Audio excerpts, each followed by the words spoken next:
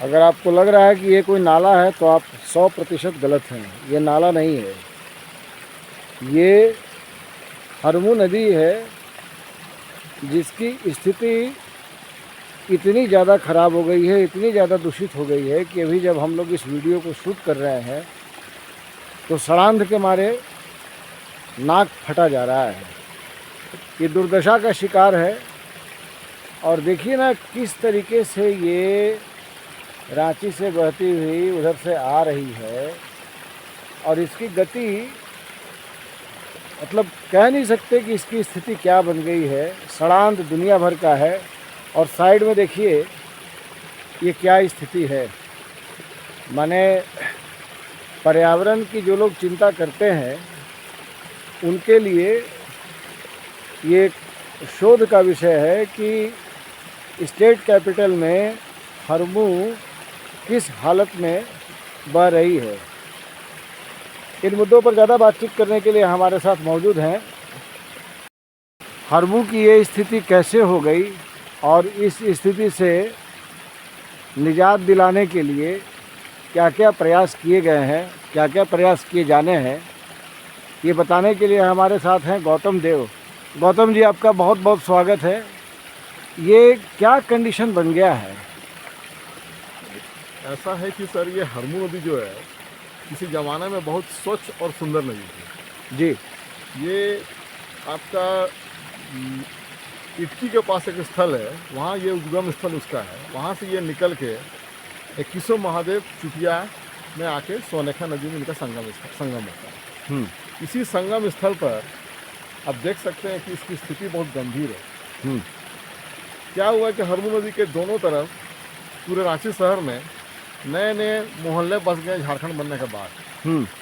जिस मोहल्ले में अनट्रीटेड सीवरेज का जो पानी है वो डायरेक्टली इस नदी के ऊपर गिरती है। और नदी के ऊपर गिरने का कारण क्या हो रहा है कि आज ये नदी केवल सीवरेज के पानी को लेके ही आगे चल रही है और ना कि सोनेखा में मिल रही है। आपके 21 महादेव आके सोनेखा में मिल रही है। इस नदी के ऊपर पूर्ववर्ती सरकारों ने कुछ काम भी किया। लोगों का बहुत डिमांड था कि नदी को साफ किया जाए जिससे कि सोनेखा नदी गंदा होने से बचे। सोनेखा हमारी जीवनदायिनी नदी है और ये यहाँ से बह के बंगाल तक जाती है। ये बहुत बड़ी नदी है।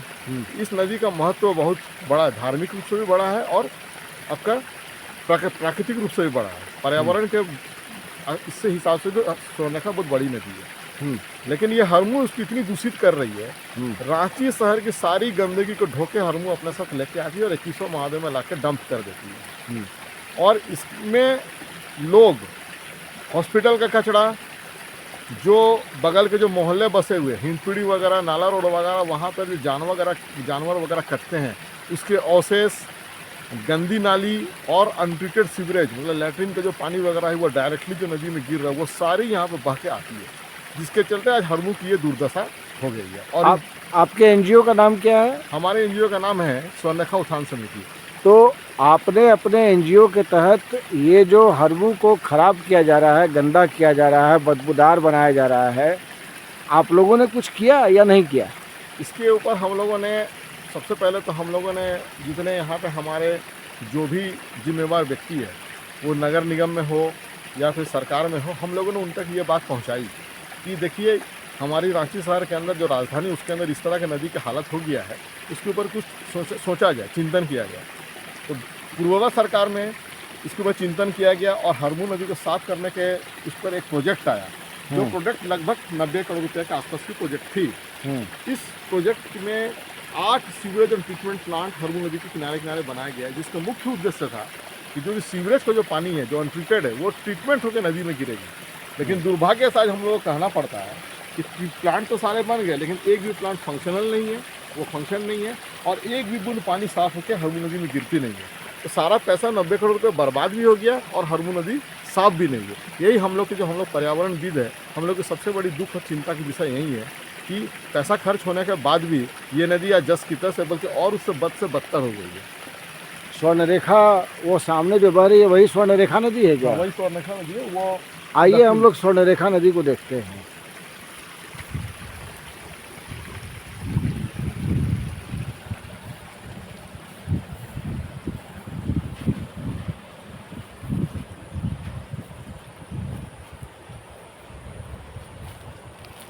ये देखिए स्वर्णरेखा किस तरीके से कलकल कलकल कहती हुई बह रही है। लेकिन दुर्भाग्य ये है कि लाइफ लाइन कही जाने वाली ये नदी यहाँ पर बिल्कुल दूषित भाव से बह रही है, बिल्कुल काला पानी है, आप इसको देख सकते हैं।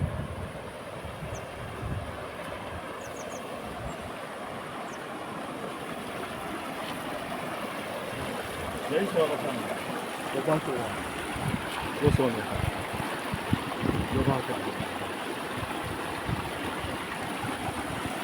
तो देव साहब ये बताइए समाधान क्या है?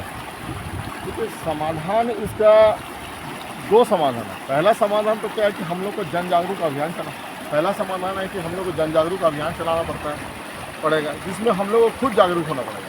सरकार अपने स्तर पे क्या करेगी वो विषय तो बात की विषय है। आप देख सकते हैं कि नदी में प्लास्टिकों का अंबार है, कूड़े कचरे का अंबार है। ये सारा कूड़ा कचरा प्लास्टिक हम लोग डेली यूज़ का जो है वो हम लोग अनट्रीटेड करके कहीं नाला में फेंक देते हैं, कहीं ऐसे ही बिक देते हैं, जो पानी में बह के आके नदी को दूषित कर रहे हैं। पहले तो हम लोग को अपना आदत सुधारना पड़ेगा कि हम लोग अनट्रीटेड कोई भी चीज़, प्लास्टिक हो या कोई वेस्टेज है, वो हम लोग कहीं नहीं फेंके, उसको हम लोग डस्टबिन वगैरह में फेंके, जिसका प्रॉपर रिसाइकिल हो जाए, जिससे चलते ये चीज़ें नदी में ना आए। दूसरी चीज़ है सरकार को अपने हिसाब से एक प्लानिंग करना चाहिए। जो प्लानिंग बनी वो प्लानिंग एडिक्वेट नहीं था, वो जिसके कारण क्या हुआ कि सीवरेज का पानी, जो उद्देश्य था हमारा इस प्रोजेक्ट का, जो प्रोजेक्ट बना है कि सीवरेज का पानी नदी में डायरेक्ट नहीं गिरे, लेकिन आज नदी में डायरेक्ट अभी भी सीवरेज का पानी गिर रहा है। तो सबसे पहले सीवरेज के पानी को रोका जाए, उसको ट्रीटमेंट किया जाए, ट्रीटमेंट करने के बाद ही नदी में छोड़ा जाए, तभी ये सिस्टम ठीक हो सकता है। और एक बात है कि नदी का जो पानी घट जा रहा है, जिसके चलते और प्रदूषण बढ़ रहा है।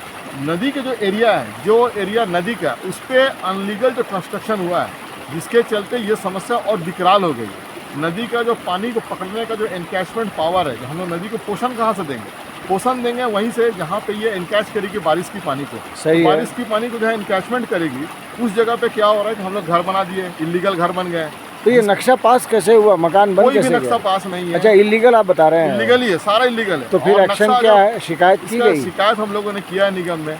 निगम ने कई बार इसके ऊपर ड्राइव भी चलाया है, मेजरमेंट भी हुआ, मेजरमेंट होने के बाद नोटिस भी दिया गया, लेकिन अभी तक कोई ठोस कार्रवाई नहीं हो पाई है।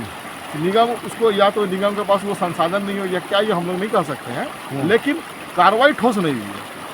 लोग कहते हैं कि नदी से 350 मीटर के एरिया क्लियर होना चाहिए, जिससे क्या है कि नदी को वहाँ से पोषण मिले, बारिश की पानी गिरे, वो स्पंज की तरह काम करे, वेटलैंड की तरह काम करे, जहाँ से नदी को कंटिन्यूसली साल भर पानी मिलते रहे। ठीक। लेकिन हम लोगों ने इलीगल कंस्ट्रक्शन कर लिया लोगों ने, जिसके चलते ये हो नहीं पा रहा है। और इस चीज़ को सरकार को ध्यान देना पड़ेगा, सरकार को घोषणा करना पड़ेगा कि नदी के दोनों तरफ किसी तरह कोई कंस्ट्रक्शन ना हो, उस कंस्ट्रक्शन को रोका जाए और नदी को एक जीवन मान के, जीवित व्यक्ति की तरफ मान के, धरोहर घोषणा करके इसको कानून बनाया जाए। जिससे क्या होगा कि आप ये कानून अगर बनाते हैं तो कोई भी आदमी नदी को अगर गंदा करता है, प्रदूषित करता है, तो उसके ऊपर वही धाराएं लागू हो जो धाराएं हत्या अगर हम किसी से कर देंगे तो वो धारा लागू होती है। तो एक कठोर कानून की आवश्यकता है और जागरूकता की आवश्यकता है। लोगों को जागरूक किया जाए और हर एक मोहल्ला टोला में ये बात सरकार की ओर से फैलाई जाए कि हमें अपना प्राकृतिक संसाधनों को बचाना चाहिए। इन्हें नहीं बचाएंगे तो हम लोग क्या बोलते हैं, आगे सर्वाइव नहीं कर पाएंगे।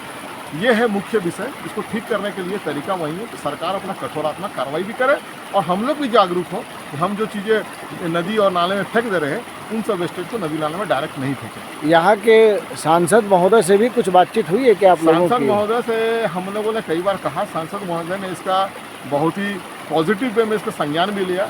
उन्होंने कहा कि इस विषय पर हमसे जो मन पड़ता हम करेंगे। तो उन्होंने एक क्या बोलते हैं, चिट्ठी वगैरह जो उनकी तरफ से लिखा वो लिखा है। और अभी हमारी उनसे बात हुई थी हम लोग की, हमारी समिति पूरी जो स्वर्णरेखा उत्थान समिति जो है, हम लोगों ने सांसद महोदय से मिला भी था। मिलकर हम लोगों ने उनका आग्रह किया कि इसके ऊपर कुछ किया है। तो सांसद महोदय ने कहा दुर्गा पूजा खत्म हो जाने दीजिए, फिर इसके ऊपर बैठ के हम लोग कुछ ठोस कार्रवाई और निर्णय लेंगे कि नदी को किस तरह से हम लोग साफ कर सकते हैं। ये एक दिन या 2 दिन की तो ये गंदगी है नहीं, या स्वर्णरेखा और हरमू अगर गड़बड़ हो गई हैं, सड़ांध मार रही हैं, तो ये एक दिन की तो बात है नहीं। तो सांसद महोदय क्या दुर्गा पूजा के बाद क्या कर देंगे ऐसा कि इतनी पुरानी समस्या है उसका चुटकी बजाते समाधान हो जाएगा? चुटकी बजाते समाधान नहीं होगा, लेकिन कम से कम ये तो हम लोग के मन में एक आशा की किरण जगी है कि चलो कभी दुर्गा पूजा में बैठ के बाद क्या बात करें, क्या पॉजिटिव बताएंगे, कैसे कर सकते हैं, ये एक प्लानिंग बताएंगे। तो एक पॉजिटिव मन में एक आशा है, क्योंकि हम लोग इसके ऊपर विगत 10 सालों से हम लोग आंदोलनरत है, आंदोलन किए जा रहे हैं। कभी हम लोगों ने यहाँ पे जल सत्याग्रह तक किया है। इस नदी पे खड़ा होकर हम लोगों ने दिन में खड़ा होकर सरकार का आह्वान किया है कि क्या बोलते हैं, आप इसके ऊपर संज्ञान लीजिए, ध्यान दीजिए। आज ये बारिश हुई है, 10 दिन पहले बारिश हुई है, बोलकर आपको इतनी पानी दिख रही है। अन्यथा अगर आप 1 महीना बाद आइएगा तो यहाँ आपको तो पानी की संख्या इतनी दिखेगी नहीं, पानी इतनी मात्रा में, और वो एकदम नली की तरह ही दिखेगी। और गंद जो है अभी जितना गंदा रहा है, इससे कई गुना ज़्यादा गंद आपको मिलेगा, तो आप खड़ा होने में आपके लिए दुर्भर हो जाएगा। और इसीलिए क्या सांसद महोदय से हमने आग्रह किया, सांसद ने कहा है दुर्गा पूजा के बाद हम लोग बैठते हैं, अब देखते हैं सर उसके ऊपर क्या होता है। हम लोगों ने जितनी दरवाजा खटकाया है। अभी हमारी समिति, हम लोग जो काम कर रहे हैं, अभी हम लोगों ने 13 अगस्त को एक कांवड़ यात्रा निकाला था। कांवड़ यात्रा कल इसलिए निकाला कि लोगों की जागरूकता बने पर्यावरण के प्रति। कांवड़ यात्रा कहाँ से हम लोग निकाले? हम लोगों ने कांवड़ यात्रा सोनखा नदी का उद्गम स्थल है रानी चुआ, वहाँ से लेके यहाँ तक 21 किलोमीटर की एक यात्रा निकाले सावन के महीने में, जिससे लोगों को ये संदेश दे सके कि नदी की हालत बहुत ख़राब है और उसके ऊपर सभी ध्यान दीजिए, सरकार भी ध्यान दीजिए, लोग भी ध्यान दीजिए। उसी संदेश को लेकर हम लोगों ने कांवड़ यात्रा निकाला। उसी यात्रा के बाद से ही सांसद महोदय ने इसके ऊपर संज्ञान लिया, उस यात्रा को देखने के बाद। एक आखिरी सवाल आपसे मैं करता हूँ, चूँकि आप पर्यावरण के क्षेत्र में काम कर रहे हैं और आपके मन में बहुत तरह की योजनाएं भी आएंगी, बहुत तरह के ख्याल भी आएंगे, दिल पे हाथ रख के बोलिए, इस स्थिति को देख करके कभी चैन की नींद आती है? नहीं, अगर पर्यावरणविद भी अगर हम हैं तो संभव ही नहीं है। दूसरी बात, अगर आम इंसान भी है जिसने इस नदी को इस रूप में देखा है, सोनखा नदी को, क्योंकि हम लोग छोटा बचपन में यहाँ बालू को हटा के पानी निकालते थे, उसको डायरेक्ट पी जाते थे। आज स्थिति ऐसे कि इस नदी में अगर आप उतर जाते हैं तो आपके पाँव में चर्म रोग हो जाएगा, हाथ में चर्म रोग हो जाएगा, पानी छूने का लायक नहीं है। तो आज कष्ट इतना होता है कि कह नहीं सकते हैं, इसको शब्दों में व्यक्त नहीं किया जा सकता है। लेकिन आज नदी की दुर्दशा देख हम लोग सब परेशान हैं। क्या कर सकते हैं, कैसे कर सकते, संभव नहीं है। जो हम लोग कर सकते हैं वो कर ही रहे। सारा वृक्षारोपण वाला करते हैं, ये सारी वृक्षारोपण अपनी समिति की हुई है, जिसमें वृक्षारोपण आप देख रहे हैं यहाँ पर 100 से ऊपर पेड़ हम लोग लगा चुके हैं अभी तक, सारा घेराबंदी करके तो वृक्षारोपण कर रहे हैं। लेकिन ये कष्ट यही है कि नदी किस तरह से सुधरे, क्योंकि ये एक धार्मिक स्थल भी है, इसका ऐतिहासिक महत्व है, पौराणिक महत्व भी इस जगह का है। और यहाँ पर झारखंड का प्रसिद्ध आपका कार्तिक पूर्णिमा में जो मेला लगती है वो यहीं लगते हैं। श्रद्धालु अगर आते थे कहते इसी नदी में स्नान करते थे, स्नान करके क्या बोलते हैं, सामने महादेव जी का मंदिर है, उसमें जलाभिषेक करते थे। लेकिन आज स्थिति ये होगी कि हम लोग को बोरिंग कराना पड़ गया 2-2 ठो, और हम लोग अलग से व्यवस्था करते श्रद्धालु को नहाने के लिए बोरिंग का पानी से। इस पानी को लोग छूते नहीं है। तो धीरे धीरे जगह का महत्व भी घट रहा है, क्योंकि नदी खराब हो गई और इससे हमारी धार्मिक आस्था भी जुड़ी हुई है, और क्या बोलते हैं, पर्यावरण की जो है वो भी जुड़ी हुई है। लेकिन नदी निरंतर अपने विनाश की ओर जा रही है। अब इसे किस तरह से बचाया जाए, इसके ऊपर हम सभी चिंतन करते रहते हैं, लेकिन आगे देखिए क्या होता है। आपके संघर्ष को सलाम। और युगांतर न्यूज़ कोशिश करेगा कि अपने तय अगर कुछ कर सकते हैं तो हम लोग भी इसके उत्थान के लिए कुछ करें। हमसे बात करने के लिए बहुत बहुत धन्यवाद आपका।